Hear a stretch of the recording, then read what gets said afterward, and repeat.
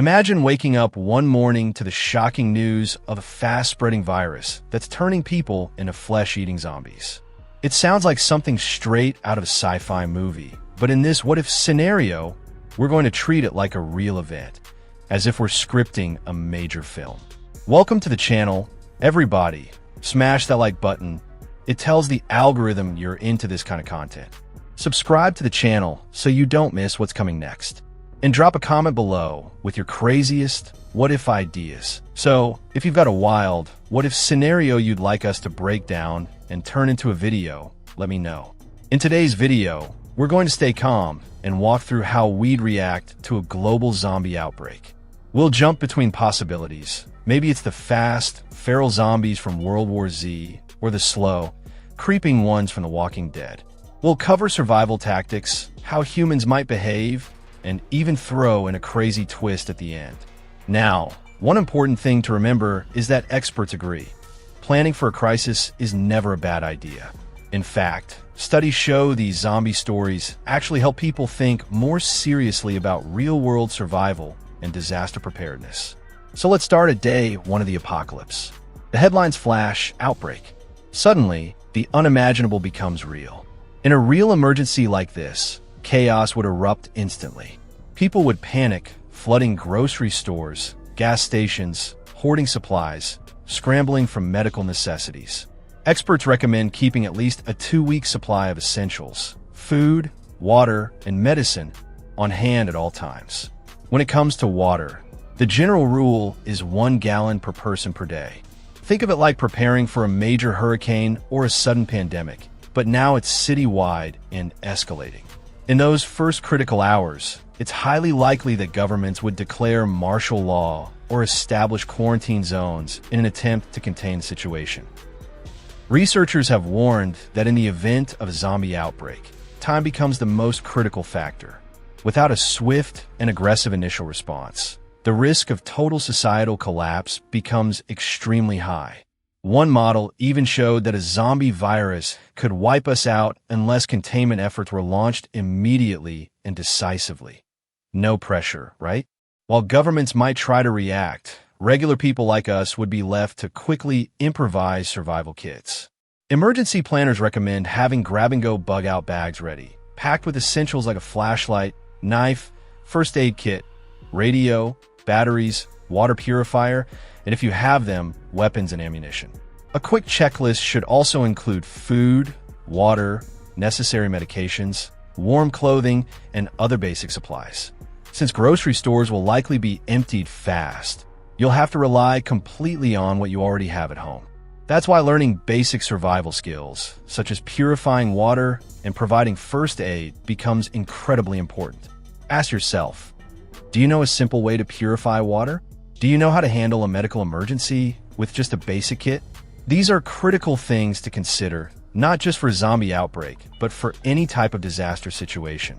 Before we move forward, if you're enjoying these what-if videos, go ahead and drop a like, subscribe, and turn on notifications. Now, let's talk about the big question, what kind of zombies are we dealing with? Because that changes everything. There's a huge difference between fast, rabid hordes like in World War Z and the slower, stumbling types from The Walking Dead. Fast zombies are terrifying. They can sprint, leap, and overwhelm an area in massive swarms. Imagine an entire city block getting overrun in minutes. In that kind of outbreak, there's no chance of outrunning them. Experts agree that in a zombie outbreak, your best chance of survival is stealth, staying underground, hidden, and moving quietly, especially at night. If you spot one zombie nearby, chances are there are dozens more close behind, and they continue to multiply with every human they infect. Fast zombies, like those from World War Z, require you to be nearly invisible. But if we're dealing with slow zombies, the kind that shuffle and lumber, they're easier to avoid. You don't need to outrun them. Just keep your distance, move smartly, and outthink them. Regardless of the type, your top priority should always be to stay calm and alert. Even pets could be a useful early warning system. Dogs, for example, can sense threats before humans do. However, in the case of fast zombies, a barking or panicked dog could attract a swarm, turning an early warning into a deadly beacon. Zombie infections usually spread through bites or contact with infected bodily fluids, much like a grotesque virus. While fictional stories sometimes mention viruses like the alpha virus, real-world comparisons include things like rabies or parasitic fungi that take control of their hosts. If you're bitten, it's usually game over very quickly. That's why people would rush to fortify shelters, build barricades, and seek out secure locations like abandoned malls. Cities would likely fall rapidly under the overwhelming force of undead swarms, pushing military forces to flood the streets in an attempt to regain control. As mentioned earlier, the numbers are grim. A study of zombie outbreak models concluded that if the infection isn't crushed early, humanity could be wiped out within weeks. In response, we might see UN task forces rounding up survivors, closing borders, and bombing infected zones in desperation. It sounds insane, but this is the kind of situation where planning matters. So let's talk gear. What can you actually do with all this knowledge? Step 1 is preparing your bug-out bag. You need everything: flashlights, flares, sterile bandages, a can opener. Yes, you'll need one, and other basics.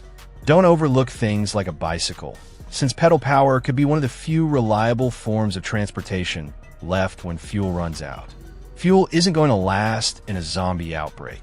It'll quickly become one of the most valuable and rare resources. Experts even joke that once society collapses, finding good gasoline will be almost laughable, since fuel only remains usable for a few months. That's why having a bike is smart. It doesn't need gas, and it still gives you mobility. After that, the next step is securing a base. Ideally, you want to be in a small town or rural area where there are fewer zombies to deal with and more access to natural resources like game for hunting, fresh water, and fishing spots. While going completely solo might seem appealing at first, long-term survival depends heavily on community. Even though Hollywood loves the lone wolf survivor, in real disasters, people tend to band together in groups or neighborhoods. Experts actually believe that having a common enemy, the zombies, could help unite people instead of driving them apart. Being in a group allows you to share skills. Someone might know first aid, someone else could be a mechanic, and pool resources, increasing everyone's chances of survival. Speaking of survival, there are a few basic skills everyone should learn. You don't have to be a Navy SEAL, but you do need to know how to boil and purify water, start a campfire, and treat minor wounds. Modern society has forgotten many of these essential old-school skills. If something breaks or someone gets injured, you won't be able to rely on the internet or smartphones. Once the power goes out and the networks collapse, there'll be no ChatGPT or Google to look up how to properly clean a wound or make safe drinking water.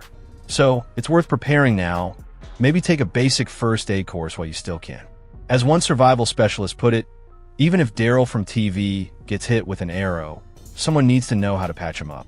In a world without emergency rooms, nurses, or ambulances, getting proper medical care becomes a serious challenge. If someone's injured, you'll have to handle it yourself, and you'll need to do it right. That's why having firearms or defensive tools becomes essential. In some countries, access to guns might be easy, case closed like in The Walking Dead, but in others, people would have to improvise with whatever they can find: baseball bats, garden tools, or even building zombie-proof fences. Quiet weapons become especially valuable, since gunshots will attract more zombies due to the noise. In this situation, silence and patience can be far more effective than bravado. Still, having a solid stockpile of guns and ammunition would definitely offer more comfort and security. As the weeks go by, governments and militaries would be in full crisis mode. Planes grounded, cities locked down, communications failing. With power outages becoming widespread, survivors might find themselves relying on candlelight just to get through the night.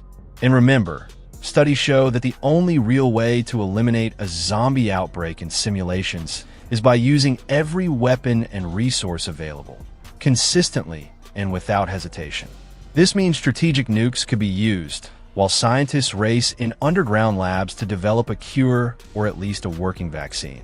Even in the middle of all this chaos, human nature has a surprising duality.